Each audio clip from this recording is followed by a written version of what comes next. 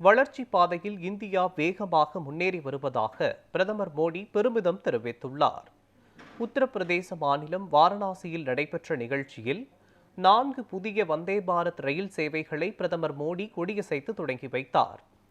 அப்போது பேசிய அவர், பெரும்பாலான நாடுகளின் வளர்ச்சியில் உள்கட்டமைப்பு வசதிகள் முக்கிய பங்கு வகித்துள்ளதாக கூறினார்.